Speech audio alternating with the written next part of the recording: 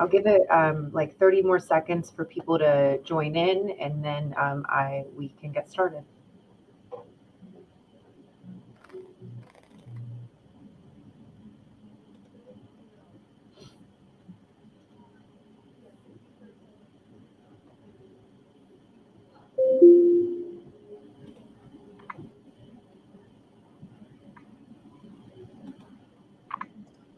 All right. Well, hello everybody, and thank you for joining us today. In case you're not sure who I am, my name is Elise Fry, and I'm the director of the Health Plan Options Department here at URL Insurance Group. So feel free to reach out to myself or anyone on my team for any health assistance. Now that we have that out of the way, I'm just going to do some quick housekeeping. There are some handouts up at the top or the right-hand corner, and we're going to do a 2-hour CE today. So I'm excited to have Rocco here with us. He's an employee benefits representative for Mutual of Omaha. And today we're going to go over long-term disability. And so I hope you find this valuable. And without further ado, again, thank you for coming, and please take it away, Rocco. Sounds good. Thank you so much, Elise. Hello, everybody. Again, my name is Rocco. I'm with Mutual of Omaha. Thank you for joining us here in this session today. I imagine there's a lot of folks from a lot of different levels of experience on the call. I know we have almost 40 folks with us this morning. Some folks that might have been doing this for less than a year, some maybe 5 years, some maybe even more. So this course is going to be all about understanding the basics of long-term disability coverage. Some of you might be familiar with some or all of everything we're going to be going over, but there's a lot of really important details and nuance that are going to be included in this course that I'm hoping is going to be some good learning experience for all of you.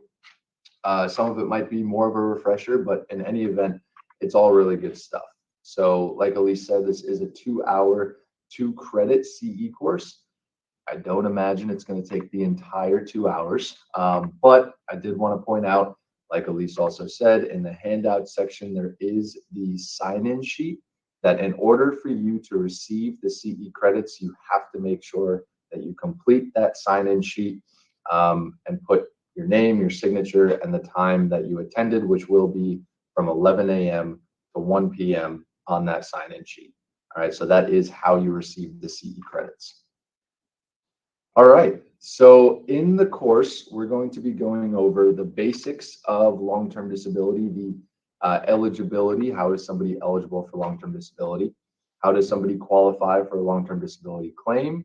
The elimination period, the benefit duration, some of the different ways that that can be set up, as well as some of the more in-depth provisions that relate to the elimination period, the benefit duration, and ultimately how much of a benefit somebody would receive and for how long. So to start off, what is long-term disability insurance? So this is income replacement. This is ensuring somebody's ability to earn a pay. Now, in the event somebody becomes disabled due to an injury or an illness, they would receive a monthly benefit after satisfaction of an elimination period. Most of the time, usually, the benefit is going to be a 60% income replacement. That is definitely the most common, but you might also see 66 2/3 or a 50% benefit or even 40%, but 60% is most of the time what that benefit is going to be. Also, before I move on, we will be doing more of an interactive, meaning questions that come up throughout the presentation. Feel free to let me know instead of holding it till the end, just because it's most top of mind as we're going through. So feel free at any point to stop me if you have any questions.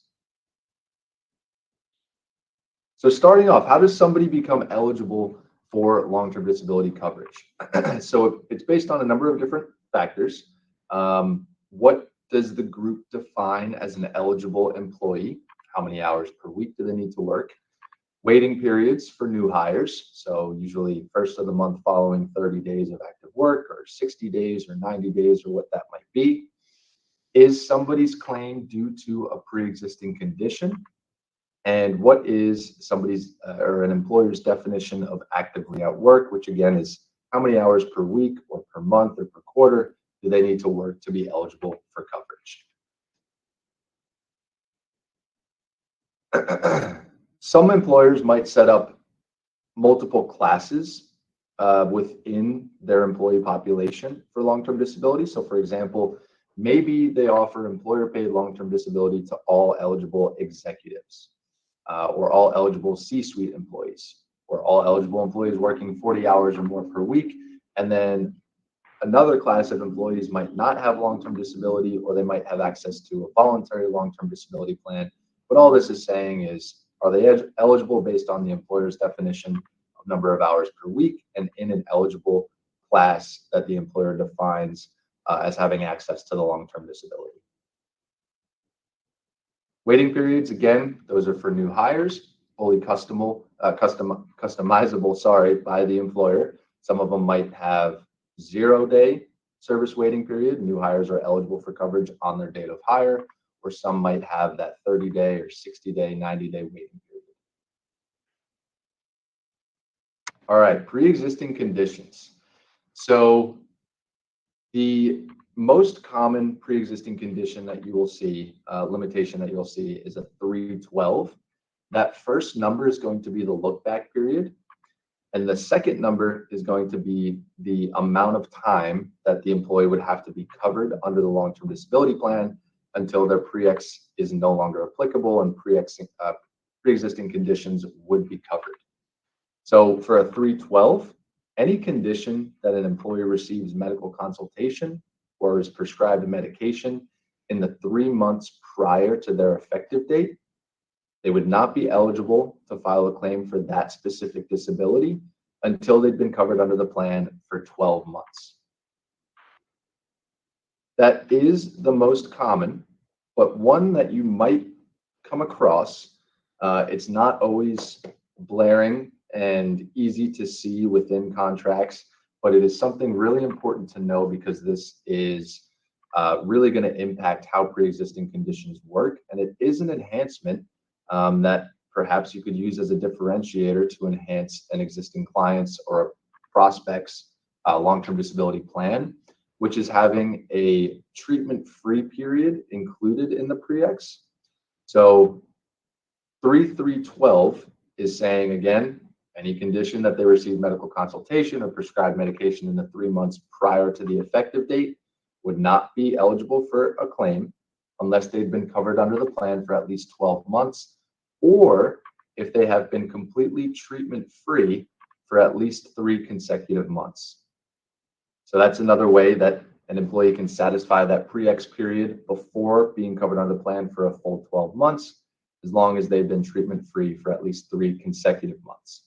Then that pre-ex limitation goes away and they would be eligible for a claim on that condition.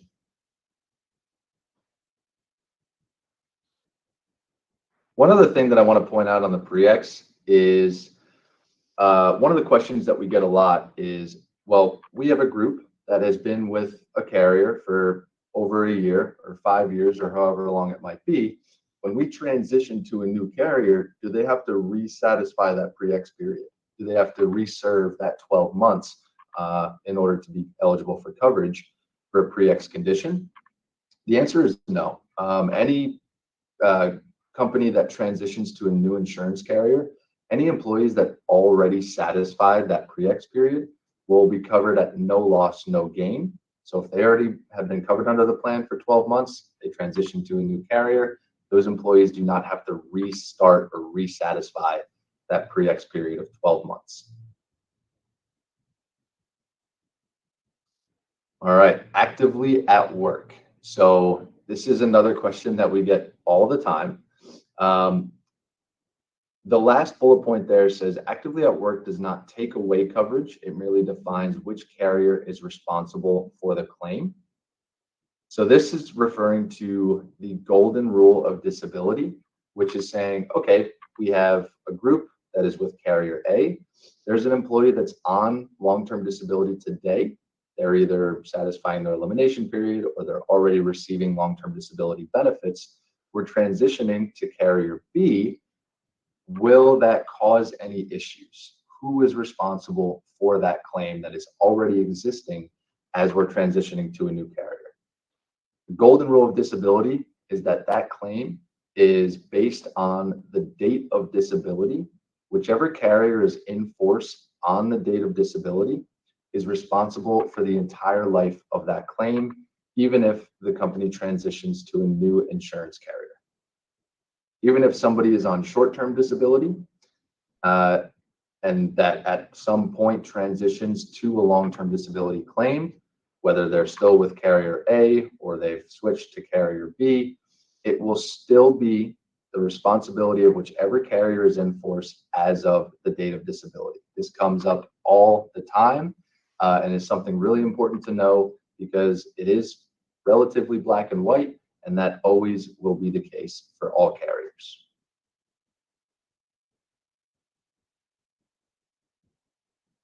All right, that's everything for eligibility. Again, comes down to what does the employer define as a covered class for long-term disability? Is the employee meeting the minimum number of hours per week to be eligible? Have they satisfied the new hire service waiting period?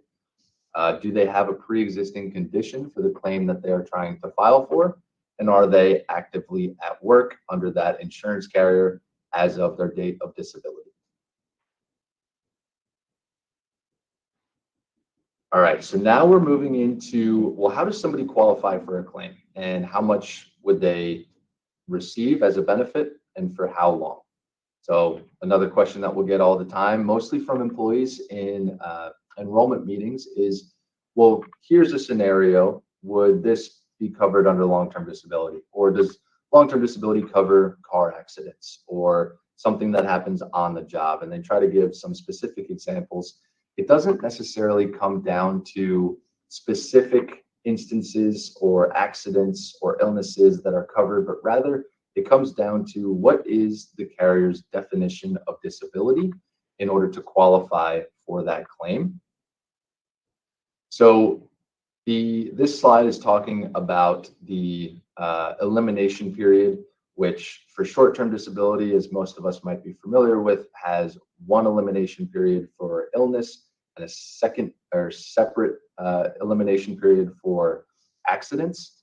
Long-term disability has one elimination period for both. It does not differ.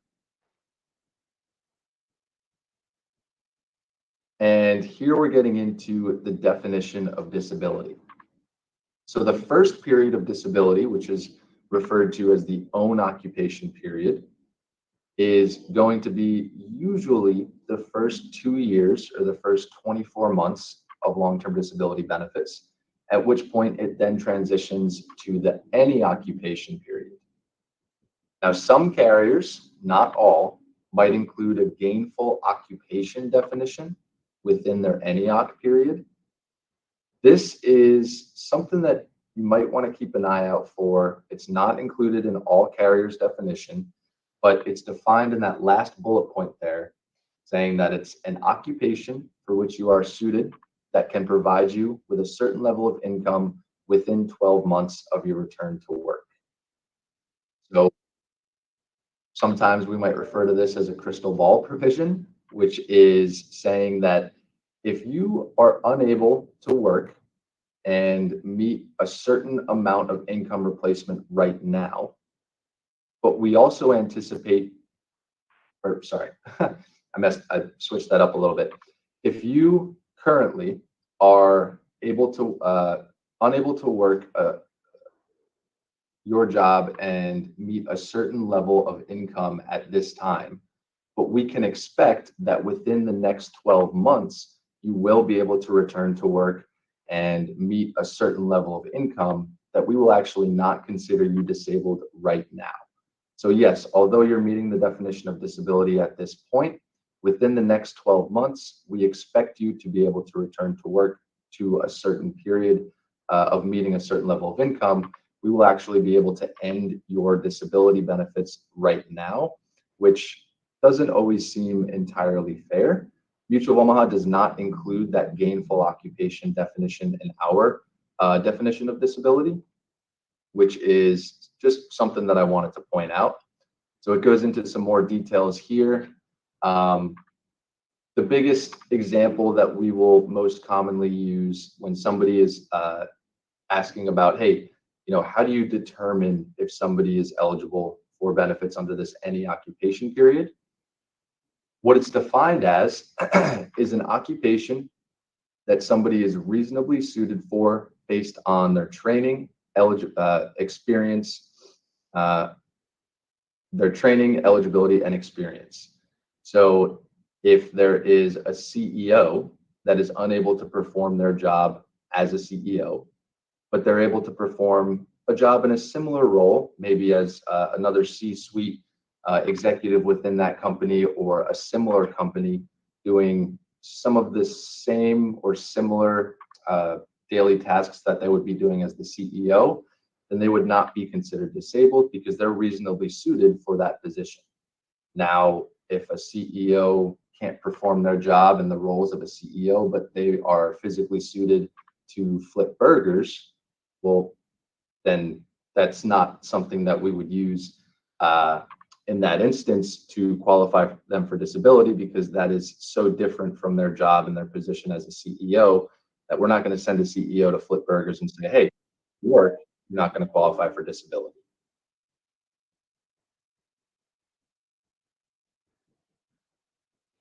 So one of the main provisions within the definition of disability is the earnings test.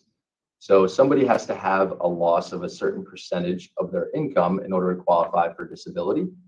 The most common is the 80-60. The first number is referring to the earnings test during that first period of disability, the ONOC period, normally the first 2 years. And the second number is the earnings test during the any occupation period. So 80-60 is saying that during the first 2 years of disability benefits, the employee has to have a loss of at least 20% earnings in order to be considered for disability. And during the any-op period, they have to have a loss of at least 40% earnings in order to qualify for disability. You might also see 80-80 or 99-85. 99-85 would be the most liberal. So that's saying during the ONOC period, you only need to have a loss of 1% earnings to qualify for disability. And in the NEOC period, you only need to have a loss of 15% earnings to qualify for disability. Mutual of Omaha uses the 99-85. And again, the most common cross group insurance carriers will be that 80-60 definition of disability.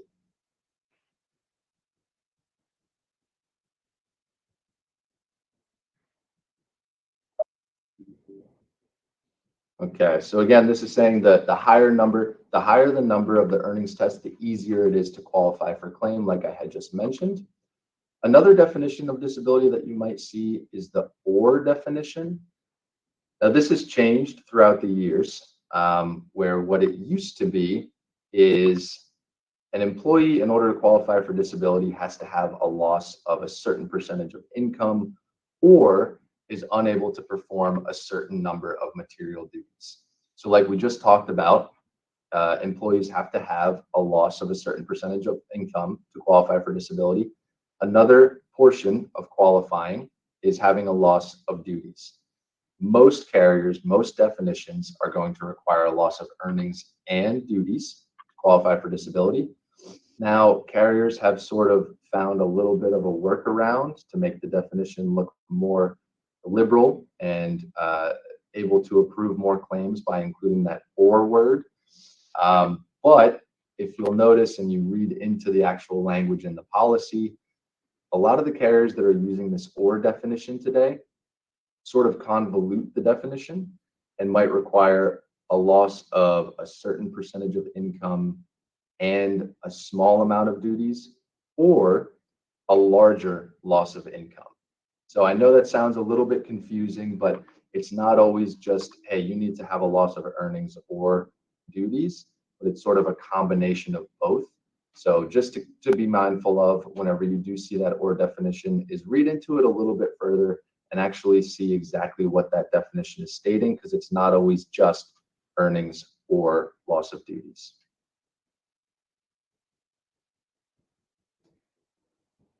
All right, so the recap for the definition of disability, again, how does somebody actually qualify to receive benefits? They have to suffer an injury or an illness.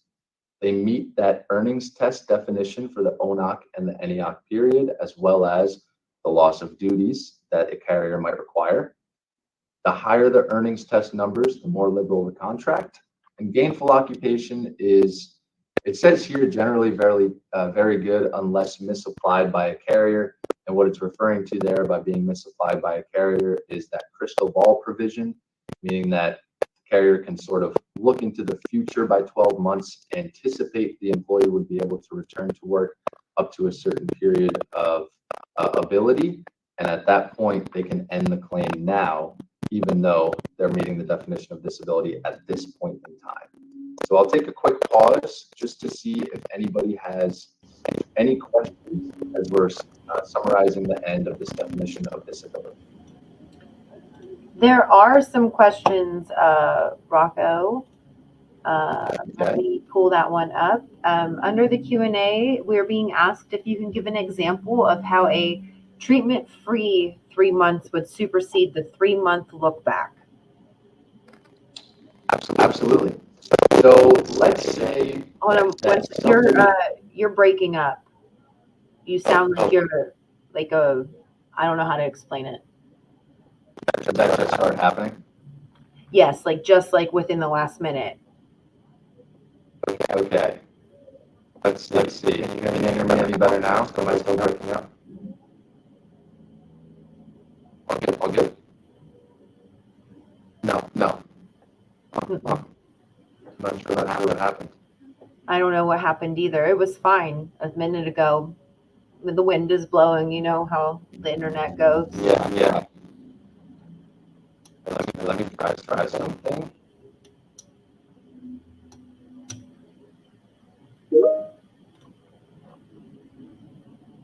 Staticky. That's the word I'm looking for. You're muted now. Sorry about that. And how about now? Still staticky. I'm not sure. I haven't seen anything. Let me. I don't know. I'm trying to. Let me mute myself and try to call my IT people. I don't know why it's not working though. Maybe it's because we have folks yourself and myself and the presenters now. Is it that What? both is it that you joined into the presenter section? I don't know. Joined in. I don't know. Let me call them real quick. How about this? Does this sound better? It's a little bit better. Yeah.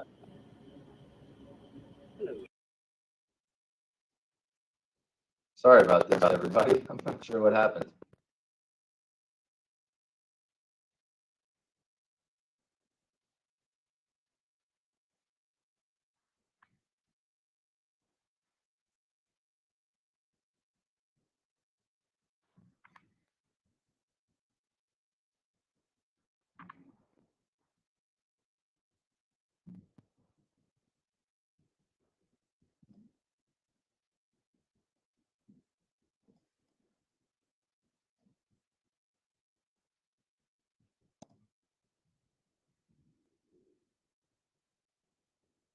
I'm gonna leave.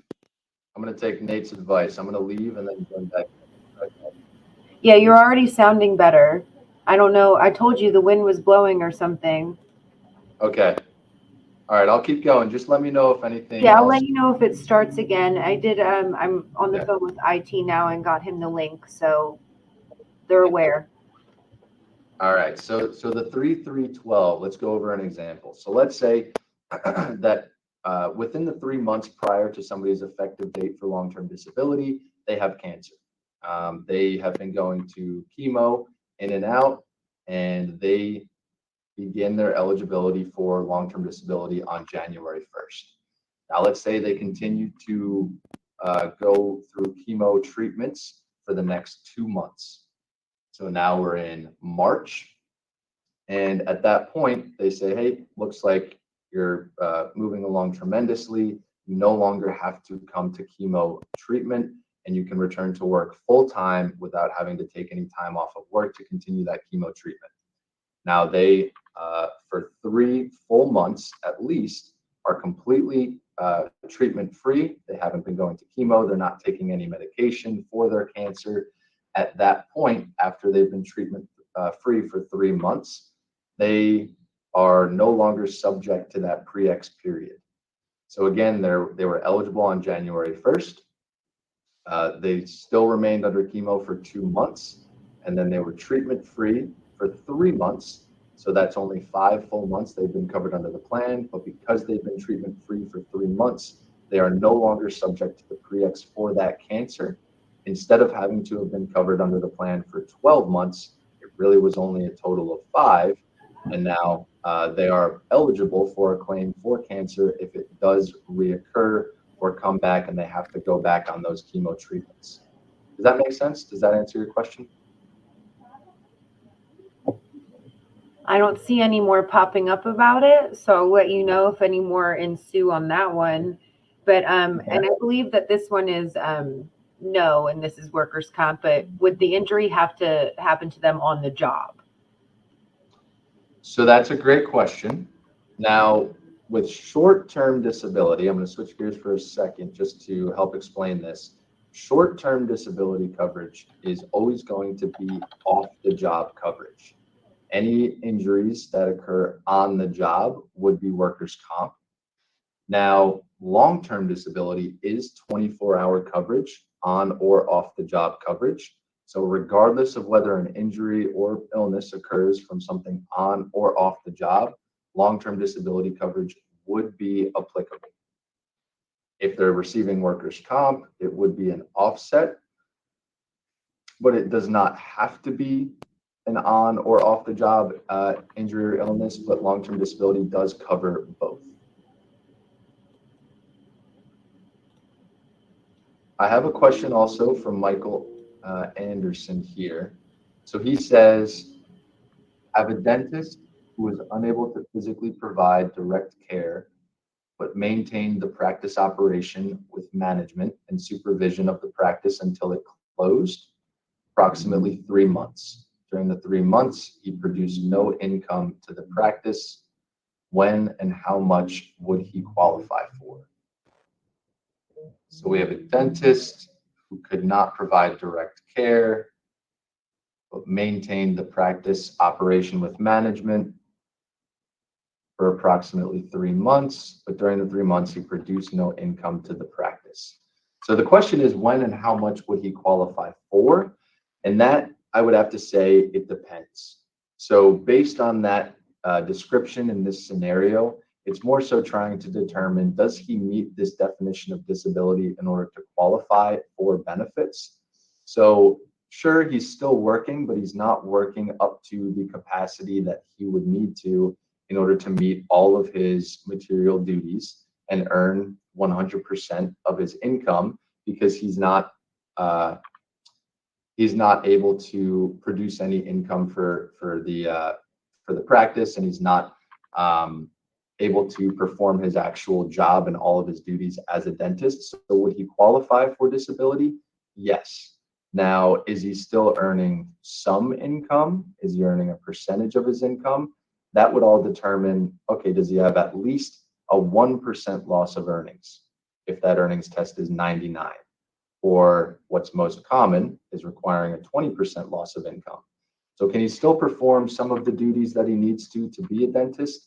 But does he have at least a loss of 20% earnings and a loss of one or some material duties? Then that would qualify him for the disability benefit. So I know it's not fully answering your question, but the truth is it depends. But based on your explanation, would he qualify? Yes. For receiving some disability benefits, sure.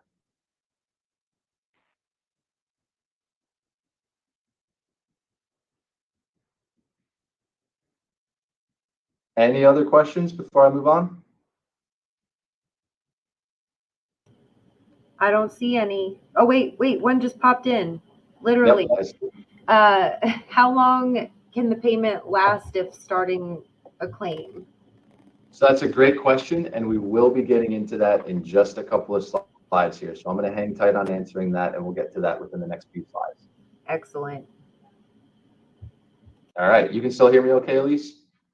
Yeah, you sound great now. right. I don't know what was happening. No worries.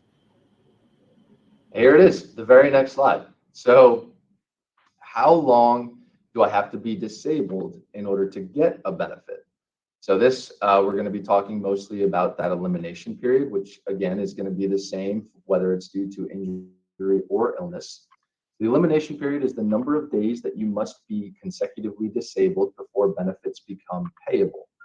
Now, I did say consecutively disabled, but we will also be touching on in this section something referred to as trial work days, which means that you don't always have to be consecutively disabled for that entire elimination period, but I'll explain what I mean more by that in just a couple of slides. So the elimination period is going to begin on the date of disability. Most commonly, the elimination period for long-term disability is going to be either 90 days or 180 days, 3 months or 6 months. And that 90-day or 180-day elimination period, again, will begin on the date of disability, and benefits will be payable after satisfaction of that elimination period. Now, employees or claimants are encouraged to work during the elimination period. The contract specifies the number of days that you can work full-time, return to work full-time, full duties without having to restart the elimination period, which are these trial work days. The fancy term is the accumulation of the elimination period. And some contracts may offer the same number of trial work days as the number of elimination period days. So this is a little confusing, but I'll try and compartmentalize this for you. So if somebody, will go back to using this cancer example, is receiving chemo treatments and they are satisfying a 90-day elimination period before their long-term disability benefits become payable. Now, during that 90 days, if they have to go out for, let's say, a 2-week chemo treatment, their elimination period begins. They've been out of work for 2 weeks. They are 2 weeks or 14 days closer to satisfying that 90-day elimination period. Now, let's say the doctor says to this claimant, okay, you've done 2 weeks of chemo. Now, please return to work for 2 weeks, and then we're going to take you back out for another 2 weeks of chemo. That employer returns to work full-time, full duties for 2 weeks. Then at the end of that 2 weeks, they go back out on disability. They're going to pick back up that elimination period satisfaction from the 14 days they've already served. And now they're going to serve another 14 days of that elimination period. So their return to work for 2 weeks basically put their elimination period on pause. Now, most carriers will include 14 or 30 trial work days, which is going to say if they return to work full-time, full duties for, let's say, 14 days, if that's the amount of trial work days allowed, and then they go back out on disability, they're actually going to have to restart that elimination period because they only get up to 14 trial work days. Now, if they had 30 trial work days, they return to work full-time, full duties for 14 days, they go back out on disability, they don't have to restart that elimination period because they have 30 trial work days, they've only used 14. All right, you with me so far? Now, some carriers, Mutual of Omaha included, allows the same number of trial work days as the elimination period. So if the elimination period is 90 days, we allow up to 90 trial work days. So if they go on chemo for 2 weeks, they return to work for 2 weeks, and they go back out on chemo, they've only used 14 trial work days. So if they have continuous periods where they're returning to work, going back out on chemo, returning to work, going back out on chemo, they essentially have up to 90 full days to return to work before they would have to restart that elimination period from day one. Another way to say it is if they have a 90-day elimination period, they would have up to 180 days in total to satisfy that 90-day elimination period.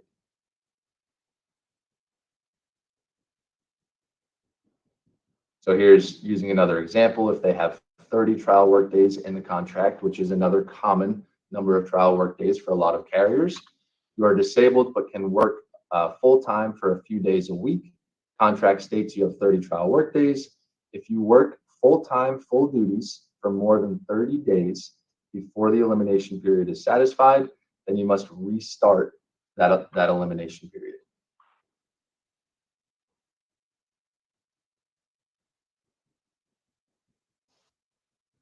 How much am I paid?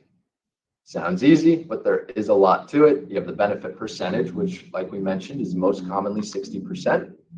The maximum benefit, the maximum monthly benefit that a claimant could receive.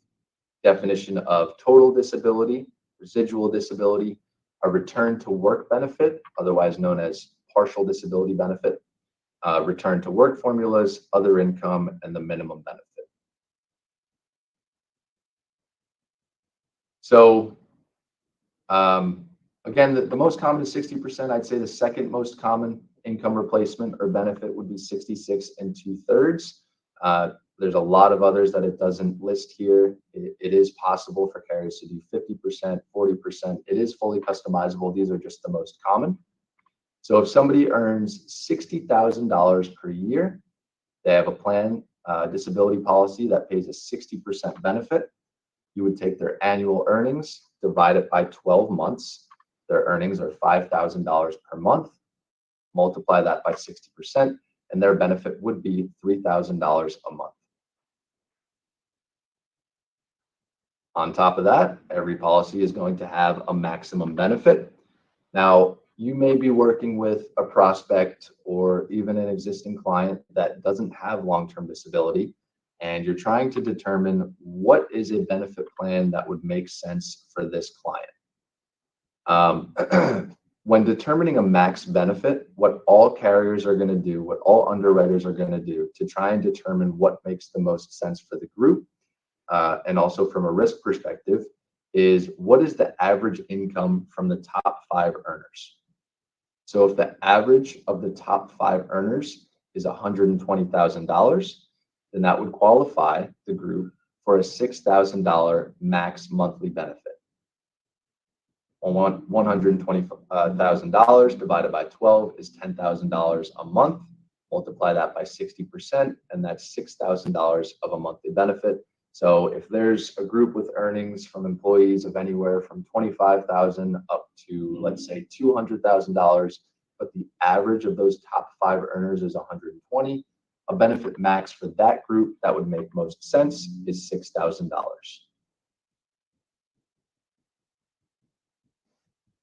Okay. Definition of total disability. All this means, and this is going to be in every group insurance carrier's long-term disability contract, is if somebody is earning less than 20% of their income, they would be considered totally disabled. They would qualify for a benefit, also referred to as presumptive disability. We're going to presume if they can't earn at least 20% of their pre-disability earnings or more, then we will provide them with approval for a long-term disability benefit. Now, what most commonly we're going to be dealing with and getting questions about is residual disability, which is just a fancy way of saying partial disability.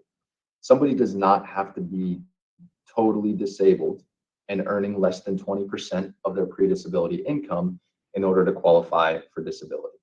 This is going back to that earnings test that we talked about before. Remember 99-85 or 80-60, just a percentage of earnings that somebody has to lose in order to actually qualify for benefits. Now, residual disability or part-time disability does allow for employees to work part-time and earn part-time income during the elimination period while still satisfying the elimination period. So if somebody, or if a contract rather, has that 80% earnings test, and somebody is earning less than 20% of their income, they're considered totally disabled. If they're earning between 21% and 80% of their pre-disability earnings, they're considered residually disabled or partially disabled. But if they're earning more than 80% of their pre-disability income, they are not going to be considered disabled. They would not be approved for that disability claim. Then the 99% earnings test is just another example. Again, this is the definition that Mutual of Omaha uses. The only difference here is that if somebody has at least a 1% loss of earnings, they would qualify for those partial disability benefits.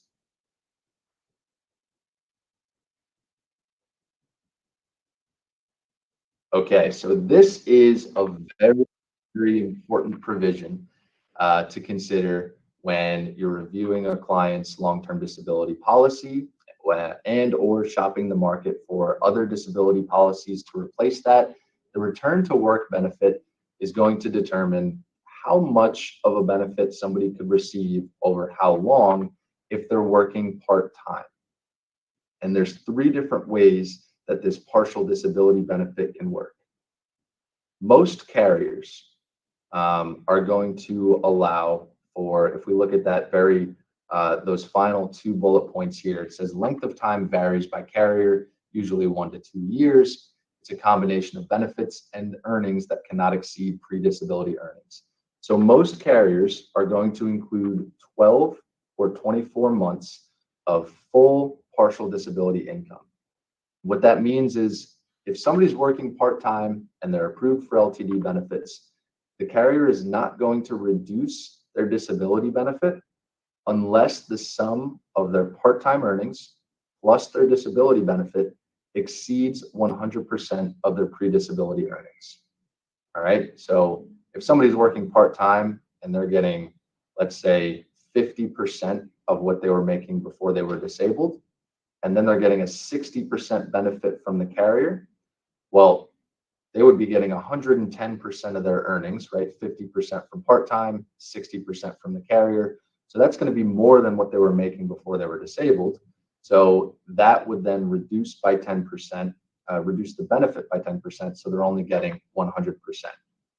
Again, that's going to work the same for all carriers for either the first 12 or 24 months, depending on the carrier and the definition that they include. But then what happens after that first 12 or 24 months? Well, it's going to be one of three things. It's either going to be proportionate loss, 50% offset, or mutually progressive partial. Now, with the proportionate loss and 50% offset, these are what's most common with all group insurance carriers. And to summarize it, it's basically saying after those first 12 or 24 months, whatever it is for that carrier, the benefit while they continue to work part-time is going to be reduced regardless. So we'll go through an example of how each of these different provisions work. So proportionate loss is saying that the benefit that they receive for working part-time is going to be reduced based on their proportion of lost earnings. So if somebody has $5,000 of PDE, that stands for pre-disability earnings. So somebody's monthly income is $5,000 and they have a benefit that is equal to 60%. Standardly, they're going to receive a $3,000 a month benefit. Now, let's say they're working part-time. They are 60% disabled. So they're earning from working part-time $2,000 from the company. Because they're 60% disabled, which is determined by saying, okay, they're earning $2,000. Before they were disabled, they were earning $5,000. So that's a 60% difference. Their benefit is going to be reduced by 60%. So now they're getting $2,000 from working part-time. Their $3,000 disability benefit is going to be multiplied by 60%. And instead of getting that $3,000 from the carrier, they're going to be receiving $1,800 of a benefit, which comes out to a 76% income replacement.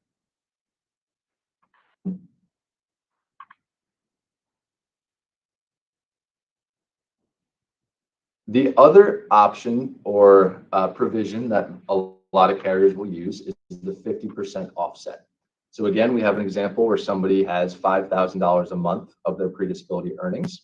They have a benefit of 60%, and they return to work part-time, and they're getting $2,000 from those part-time earnings. Their monthly benefit from the carrier standardly would be $3,000. But what the 50% offset does is it's going to take 50% of whatever their part-time RTW or return to work earnings are, and they're going to reduce the benefit by that amount. So they have a $3,000 benefit. They're earning $2,000 from part-time. They're going to take half of those part-time earnings, $1,000, which reduces the $3,000 benefit. Now they're getting $2,000 from the carrier instead of the full $3,000. And they're also receiving still, of course, that $2,000 from returning to work, which ends up being an 80% income replacement ratio. The final option is going to be the mutually progressive partial. This is the definition that Mutual of Omaha uses. This is the most beneficial return to work provision, which is, like I mentioned before, where carriers will not reduce the disability benefit unless their part-time earnings plus disability benefit exceeds 100% of their pre-disability earnings. But the difference here is that that's going to last not just for the first 12 months or for the first 24 months, but for the entire duration of the claim. So most carriers are going to apply that proportionate loss or 50% offset after those first 12 or 24 months. Mutual of Omaha is not going to apply either of those, and we will not reduce their benefit for the entire duration of the claim. So that's something that is really important, where if we think of a scenario where an employee is diagnosed with MS, they wake up extra early in the morning, they eat a big bowl of protein, and they push themselves to return to work because it's the best thing for themselves, their health. It's the best thing for their employer. You know, they need the hands on deck, and it's going to be the most impactful from their disability. It's just the right thing to do, right? So they wake up early, eat a big bowl of protein. They know that they're going to be burnt out and have to stop work by around noon. Normally they would work till 5. They can only do about a half day. So this employee is pushing themselves to get back to work. They do that for 12 months. They're going to be able to earn up to 100% of their pre-disability earnings, right? They're going to get their part-time earnings from their employer, the disability benefit from the carrier. Now, after those first 12 months, let's say they have a carrier that uses that 50% offset. Their partial disability benefit from the carrier is going to be reduced after those first 12 months. Now, from the employee's perspective, they're thinking, hey, I'm doing the same thing that I've been doing for the last 12 months. I'm still waking up early. I'm still stopping work around noon. Why am I getting less money from the carrier now? Then they're going to have that question. They're going to go to HR. They're going to complain. They're going to say, I'm not doing anything different. I'm getting less money. Why? And then the HR, of course, is going to come to who? The broker. They'll come to URL and they'll say, what's going on here? Why is the carrier reducing the benefit? So it's something that is not ideal, especially for those employees who are really pushing themselves to get back to work. And it can cause some questions or concerns or issues that come across your desk and or the HR's desk. Whereas with Mutual of Omaha and this partial disability definition, that's not going to happen. That employee's benefit would not be reduced at that time.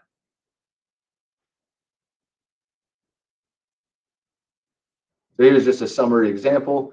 The benefit originally is $3,000. With the proportionate loss, it ends up being, for this specific example, $1,800 a month.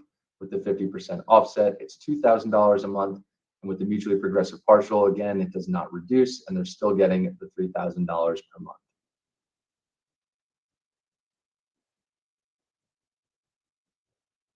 All right, something else to take into consideration when determining how much of a benefit a claimant would receive is other income.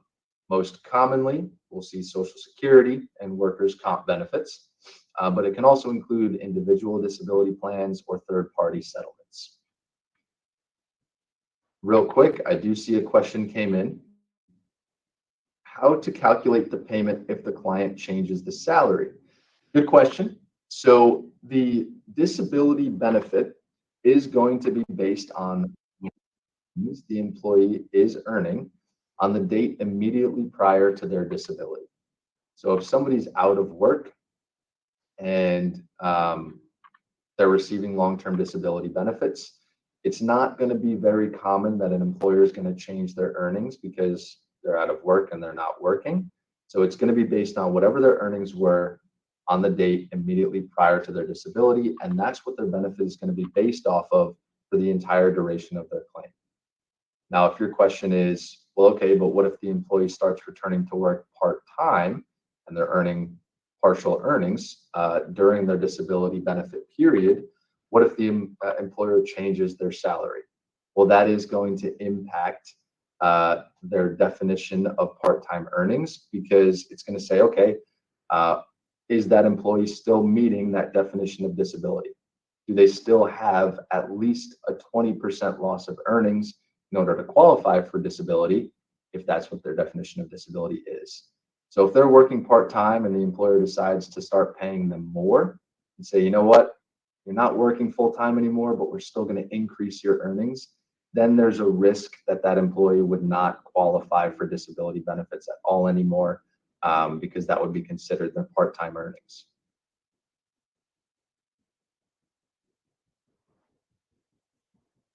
One other question, is there a waiver of premium when on claim? Yes. So with long-term disability, premium is going to be waived, and this is going to be the same for all group insurance carriers. Premium will be waived on the first of the month following the date their benefit period begins. So premium is going to be owed during satisfaction of the elimination period, but once they satisfy that elimination period and benefits begin, premium is no longer going to be owed first of the month following the date those benefits begin.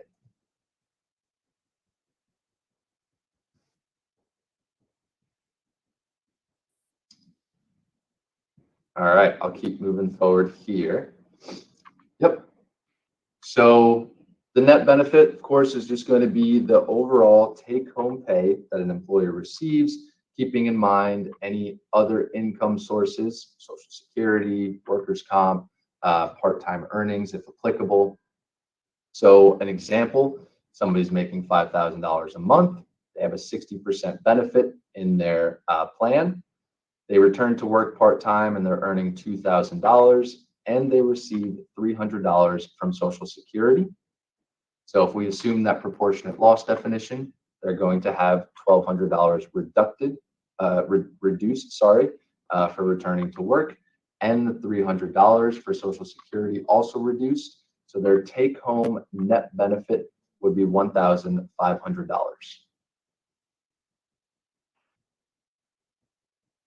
Minimum benefit, rarely actually going to come into play, but this is saying based on somebody's return to work and any other income sources, Social Security, individual disability plans, if that's an offset, if all of those other income sources, again, very rare, reduces that person's disability benefit from the carrier down to zero, it's stating that in no instance would the claimant actually receive $0 because of this minimum benefit.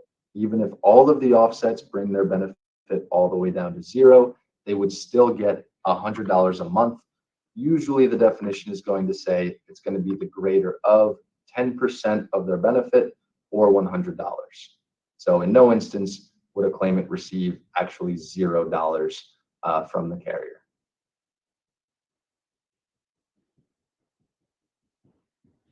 All right, so back to the question that we had in the chat from earlier, to more pointedly answer that question, how long are benefits paid?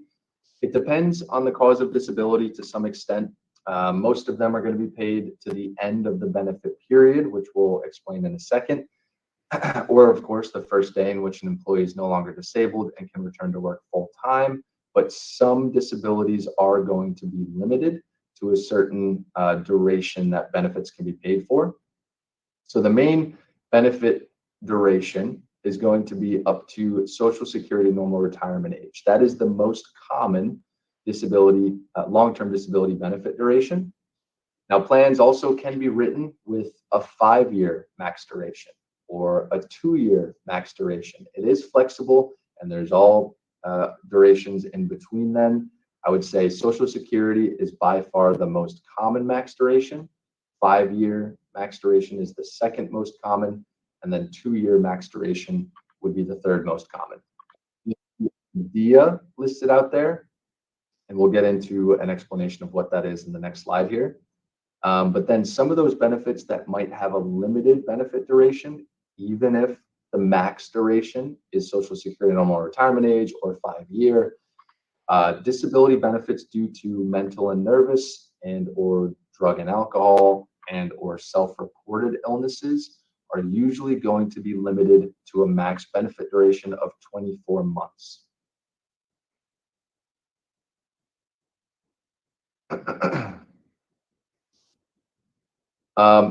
So the max benefit duration is different from the ONOC duration.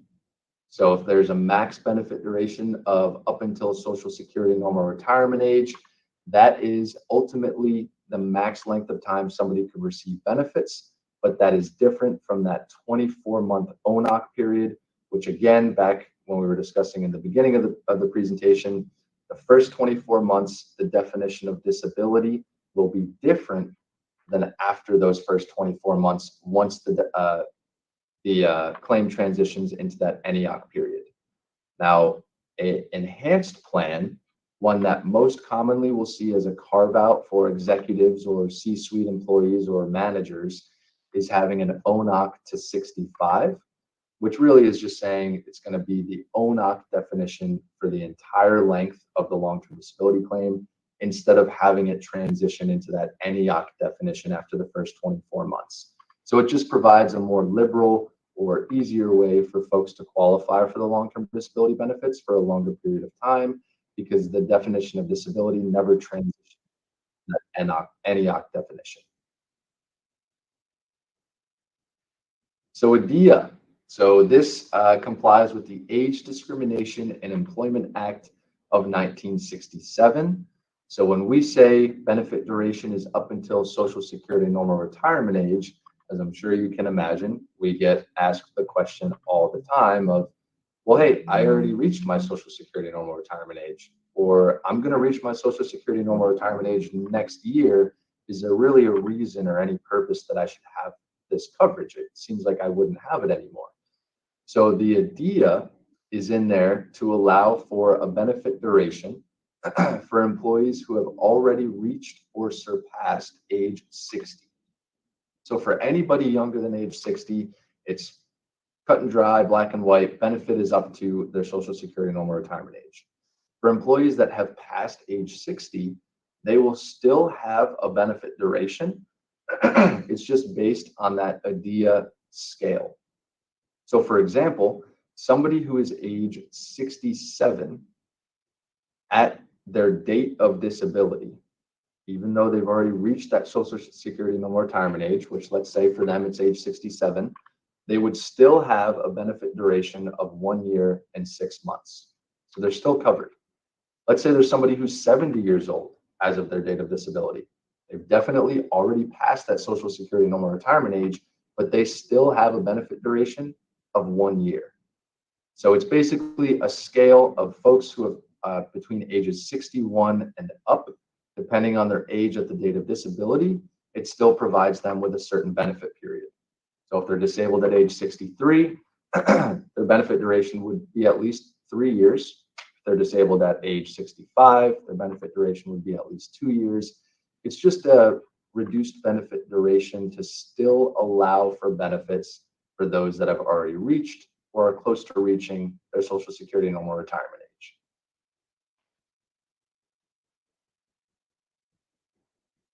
Okay, so back into those limited benefit durations. Again, mental, nervous, drug and alcohol, self-reported. So the reason that these benefits are limited to a certain duration, usually 24 months, is because insurance carriers have found them to be easily abused. It's determined by claimant behavior. It's really hard to quantify them, and they have had a severe impact on profitability of long-term disability, which ultimately, if they were allowed for up to the full duration, would make long-term disability coverage extremely unaffordable. And for that reason, carriers have all limited the max duration for them. So these, again, are the illnesses and that would be limited usually to 24 months. Now, the difference here, which isn't outlined in the presentation, is that most carriers are going to reduce these benefits for 24 months for the lifetime of that claimant, combined with all other limitations. So in other words, if somebody goes out on claim for mental and nervous, and they're out for 24 months, then they return to work. If at any point that claimant goes back out on disability due to a mental nervous claim or a drug and alcohol claim or a self-reported claim, they would not qualify for any benefits because they've already satisfied that 24-month limit. Again, that's what's most common. Now, what some carriers would do, and what Mutual Omaha standardly does, is a 24-month per occurrence, not combined with other limitations. So same example, somebody goes out for 24 months for mental nervous, they return to work, and then after some period of time, they go back out on disability due to a mental nervous or a drug and alcohol, they will have up to a new 24-month period for that claim. So it'll essentially restart that 24-month limit.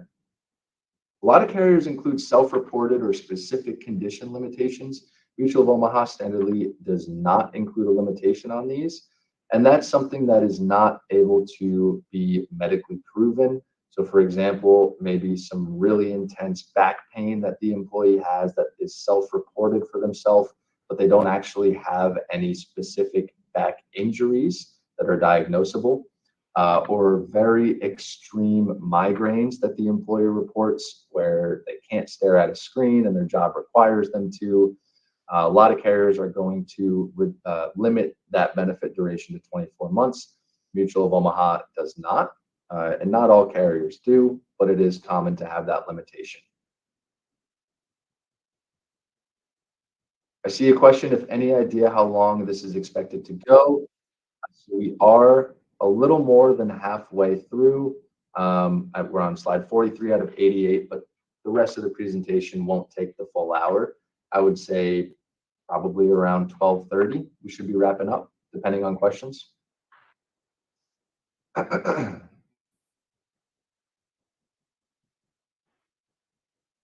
Oh, I was gonna say, it definitely seems like we're towards the end. There's no way that that's only halfway. There can't be that much left. But the presentation is in here twice.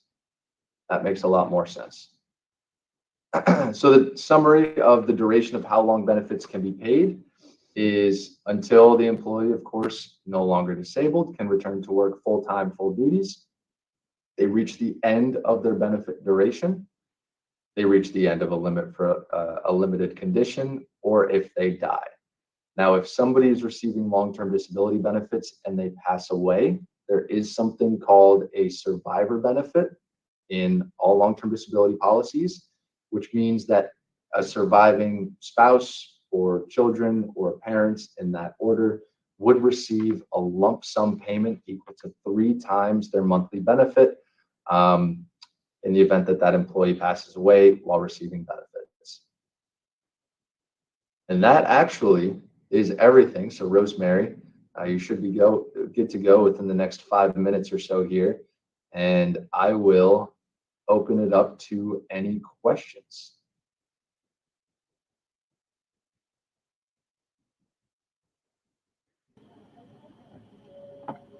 I see some in the Q&A.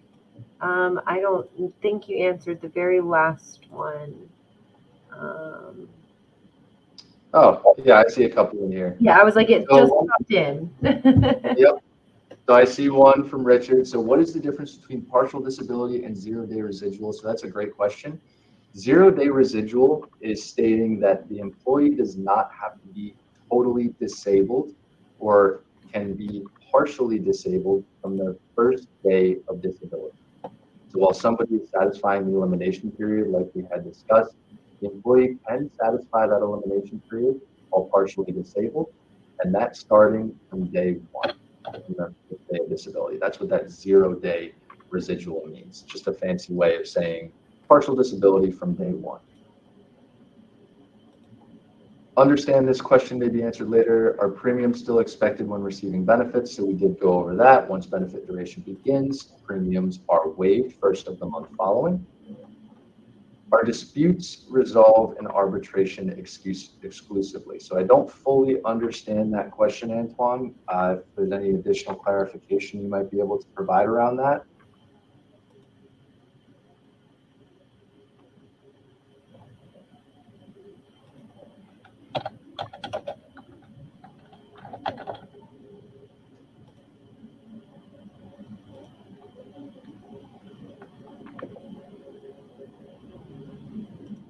I don't see anything coming back in, but he could be typing it. Yeah, okay.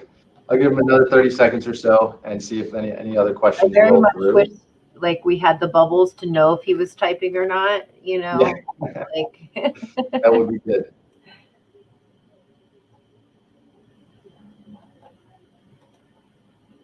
Antoine, you can always shoot me a message too if that's the case. If you just want to shoot me over what you mean by that, and Rocco can also, you know, go into more detail with you.